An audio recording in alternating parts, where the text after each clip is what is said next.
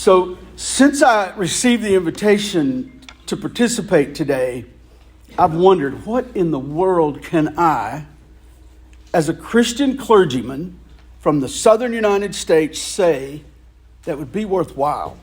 And honestly, I've struggled. I've read a lot the last couple weeks. And while our mutual recent past, pretty common, we've lived and worked and worshiped in the same communities, our longer term journeys, our ancestral journeys are so different. My ancestors traversed their share of challenges, but our religious heritage was never anything we had to think about. In fact, during my childhood and young adult years, I was immersed in a religious and social culture that found its acceptance and its identity in God, guns, and America. My education was overtly Christian, with an air of elitism, and that filled us with ignorance-fueled arrogance. I remember even as a young teenager, routinely canvassing local neighborhoods with my local church, convinced that anyone from a co-ed to a college professor would convert to our way if they would just listen to us. And upon leaving for college, I continued this myopic perspective at none other than South Carolina's own Bob Jones University. I knew you'd say that. School that I've learned since leaving there was founded by a Klan-supporting fundamentalist who loudly persisted and proclaimed that the Almighty himself was the author of segregation. And my naivete was displayed by my cluelessness when I moved into and lived in my freshman residence hall there at Bob Jones.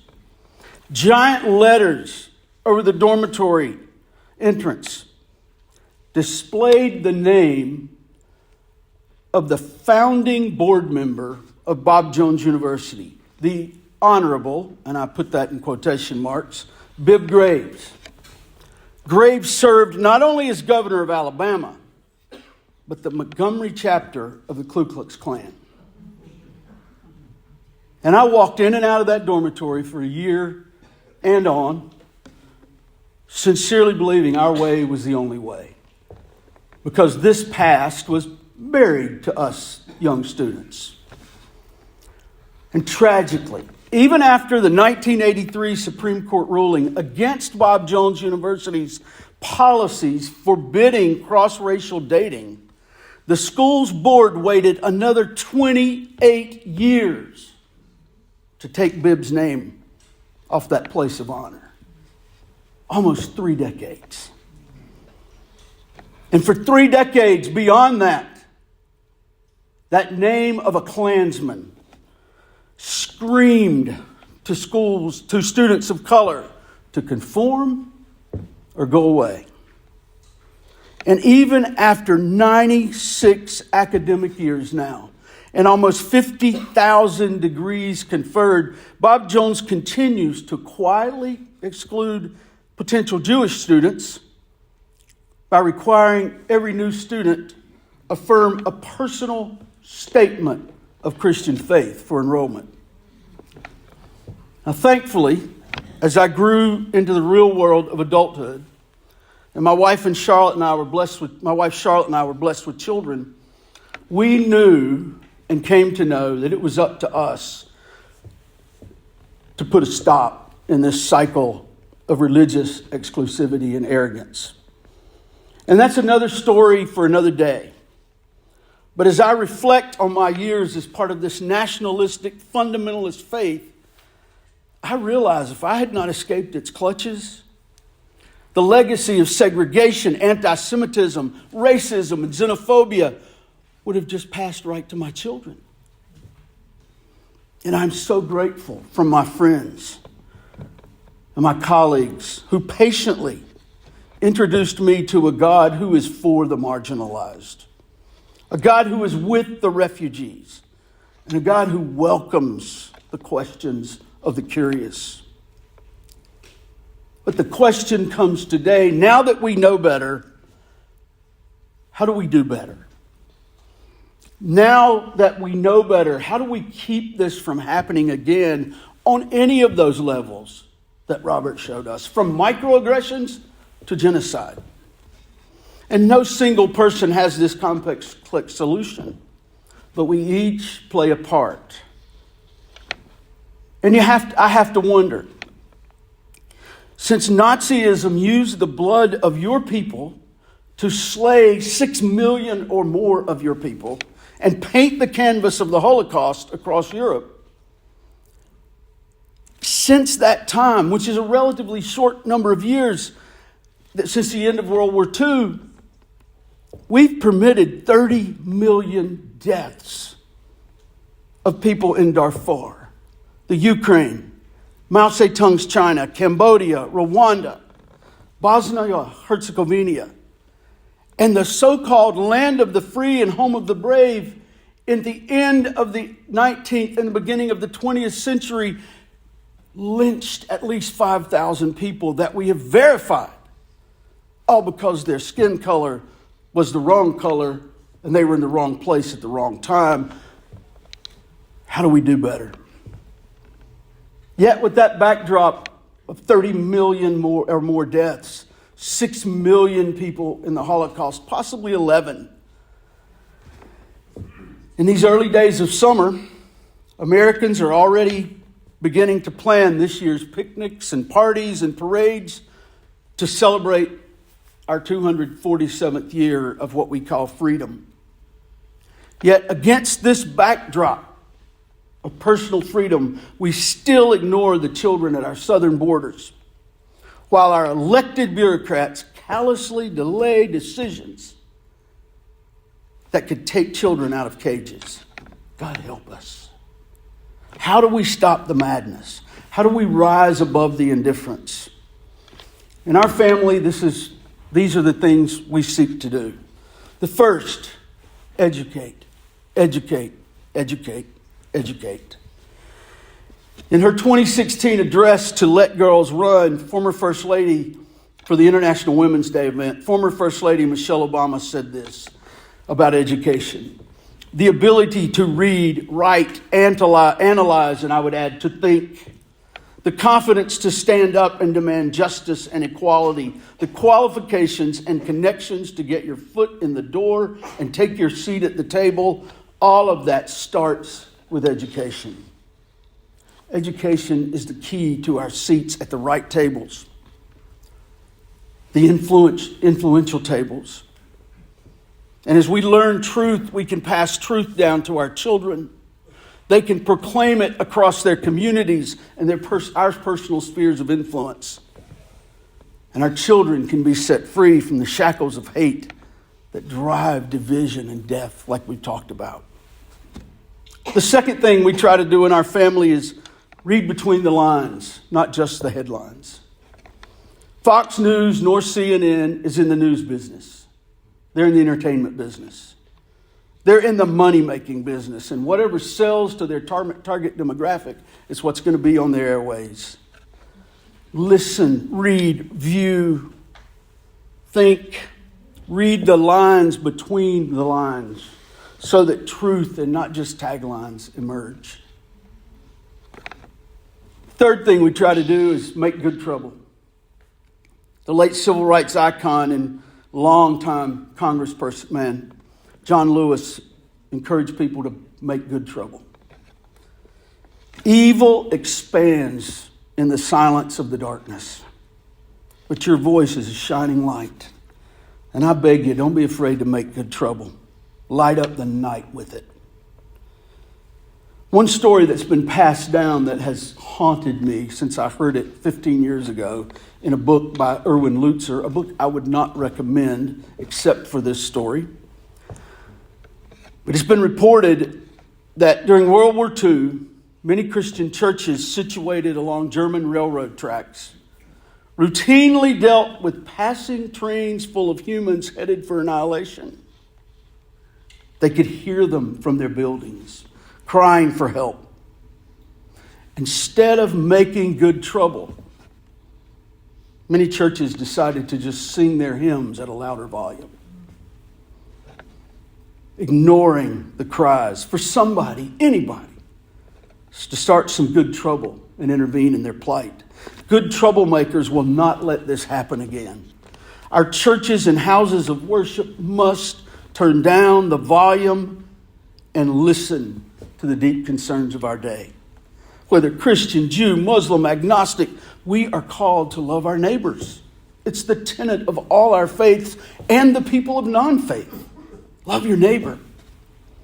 And we are commissioned, I believe, to cause good trouble. Now, I would add this caveat as I move toward the close. It's easy for me as an outsider, a Gentile, if you will, untouched by the horrors of the Holocaust, to oversimplify all this and just urge everyone to love. And love's important. But I think John and Ringo and Paul and George were wrong when they said love is all we need. In her book, People Love Dead Jews, Jewish author and scholar Dara Horn brings readers face to face with our hero-obsessed culture that tends to boil everything down to victors and victims. And she challenges her readers to look beyond love everybody. And she says this: the Holocaust didn't happen because of a lack of love. It happened because entire societies advocated responsibility for their own problems and instead blamed them on people other than themselves. And I paraphrase that part. The thing people were most afraid of was responsibility. Good trouble means taking responsibility. Educate. Start good trouble. Read between the lines and finally stand. We live in days that I honestly thought I would never see. Being reared to believe that America was a good Christian country, I assumed the better parts of my faith would prevail. But I've learned America was not founded as a good Christian nation. We are a nation of differing people, varied beliefs, a tapestry of distinctive values. We called it Christian because we could. We called it Christian because we were the majority. We loved the power that came with being the biggest. So we created a narrative that amassed power in place of holy passion.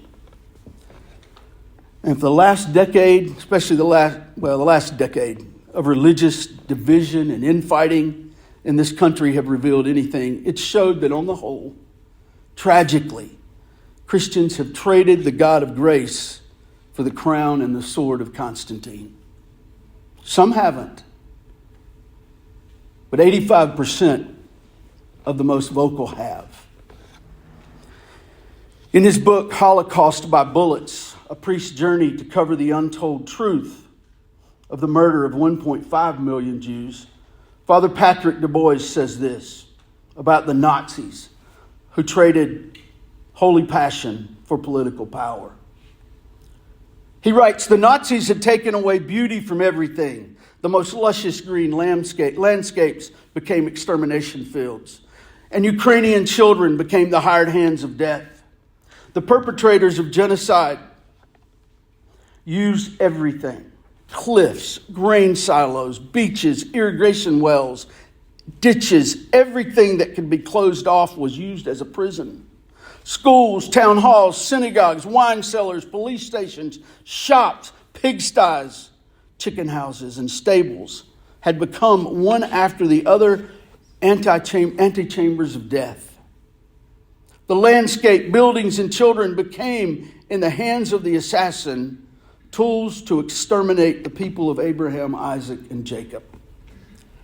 Today, I invite you into the highways and byways of our lives to educate, to discern, to make good trouble that is required to ensure that the cliffs and the grain silos and the beaches and the irrigation wells and the ditches and the schools and the town halls and the synagogues and the churches and the wine cellars of this country and the world become places of peace. But the first step may be the hardest, because we are a people heavily influenced by extremes.